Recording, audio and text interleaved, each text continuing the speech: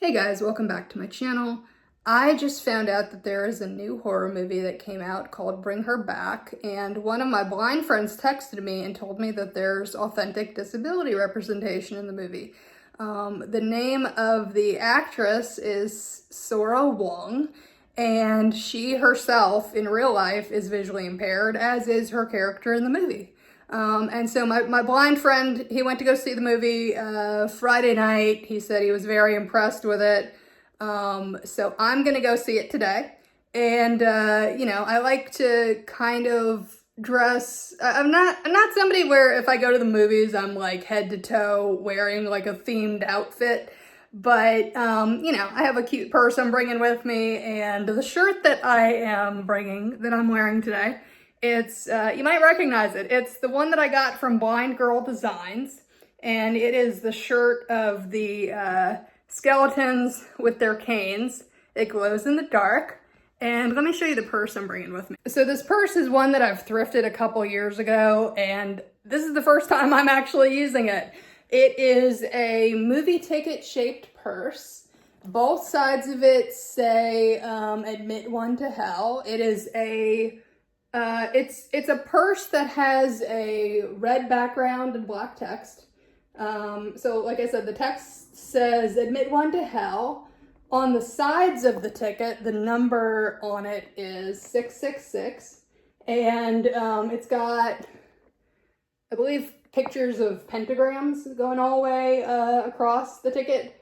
So it's very, very cute. And looking forward to letting y'all know my thoughts on the movie afterward. And I also thought this would be a good opportunity to kind of update.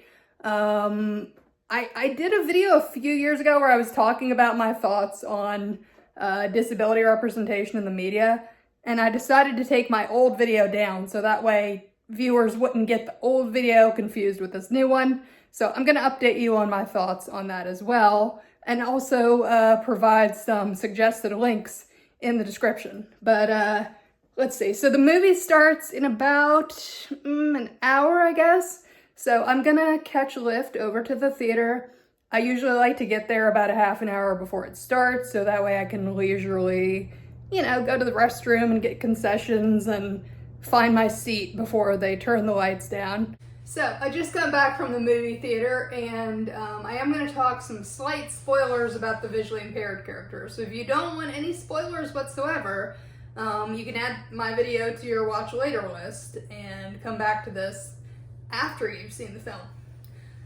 So I was not familiar with the prior work of any of these actors, so for me that added to the believability of the story. I love the fact that the directors cast authentically for this film. They've talked a bit in some of their interviews about the casting process and how they were able to accommodate the visually impaired actress Sora Wong on set. So if I find at least one of those interviews, I will go ahead and link it in the description of this video. At one point near the beginning of the movie, the foster mom, Laura, asks Piper where her cane was, and Piper says something along the lines of, she's not comfortable using a cane. And honestly, not only does that remind me of myself when I was younger, because when you're in that preteen, teenager phase, you want to be able to fit in with your peers, and you want to look like everybody else, and you don't want to be ostracized. So I totally understand the discomfort of using a cane. Heck, there are still some times in my 40s now where situations where I'll bring my cane with me and I'll still feel embarrassed. I'll feel like I'm potentially being negatively judged by people, even if it's people that maybe I don't really know that well and I want to try to impress them, and I feel like they might think less of me if I have my cane with me. So yeah, it is a very real world, relatable scenario that blind and visually impaired people find themselves in at times. Piper also mentions the fact that there are people who infantize her because of the fact that she has a disability, which is also a very common scenario, not only when it comes to blind people, but also people with other disabilities.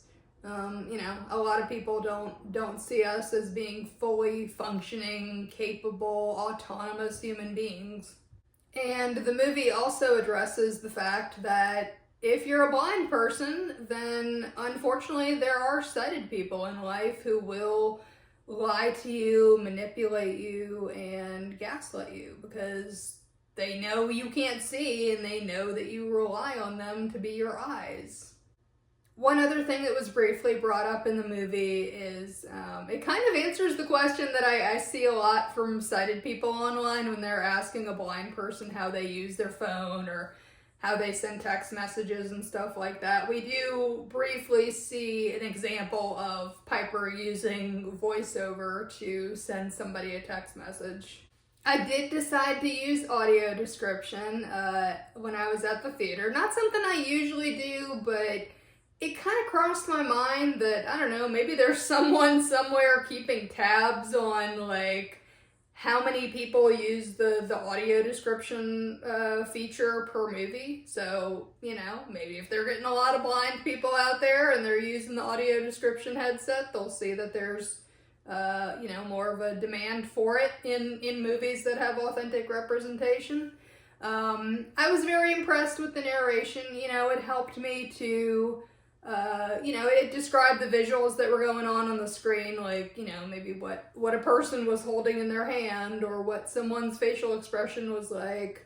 There were some flashback scenes in the movie. Since the audio description is kind of a play-by-play of the visuals going on screen, it wasn't until after the fact when I was watching some spoiler reviews and videos of theories on the film that I found out, you know, that there were some patterns in the film that I didn't quite connect the dots with until I watched those spoiler reviews afterward. I hope Bring Her Back will have audio description options both for the streaming version as well as the physical media copies. Now I'm going to get into my updated thoughts on disability representation in the media. So there was an article put out by Variety recently that talked about how 80% of disabled characters are played by non-disabled people, whereas in statistics that I heard as of a couple years ago, that percentage was a bit higher. At the time, it was 95% of characters were played by non-disabled people. Now it's it's decreased a little bit. It's 80, but honestly it's still a pretty high percentage if you ask me. And if you do a Google search, you're bound to find social media threads on Reddit, Facebook, whatever social media platform of people discussing, you know, should disabled characters be played only by disabled actors, or is it okay for non-disabled actors to play those roles? And, you know, you'll see a variety, just like all sorts of opinions all across the board. I've seen some people who say all disabled characters need to be played by disabled people. I personally think need is such a strong word that it could potentially be off-putting to people who are kind of on the fence about that sort of thing. And I've also seen people who are in favor of non-disabled actors playing disabled roles because, you know, maybe they don't have any real life experience with disabled people and they're just going off of the assumption, the stereotype, the misconception that disabled people are always incapable and a liability. The most common thing that I see people online say is that, you know, anybody should be able to play any role. And I feel like that would be a fair argument if disabled people were able to audition and find employment just as much as non-disabled people were. But, you know, I mean, we're still living in an age where non-disabled people are getting these roles, even though they have a slew of other job opportunities that they could be taking, and disabled people are only up for, you know, a certain small segment of roles that come up. And I think that when people defend the casting of non-disabled actors, they either don't know or they don't care that disabled people are out there looking for work. I think in this day and age, as of 2025, if somebody's going to hire a non-disabled actor to play a disabled role, I wish they'd be hiring a non-disabled person who had a commitment to uplifting the voices of disabled people and helping them feel included and find employment in some capacity. And I hope at some point us disabled folks do get the same level of job opportunities and respect and equal treatment that non-disabled people do. On that note, I'm gonna go ahead and end the video here. Thank y'all so much for watching. Like I said, if you get the chance to go see Bring Her Back at the movie theater, please do. And give this video a thumbs up because it really helps the channel. I will talk to y'all later. Bye.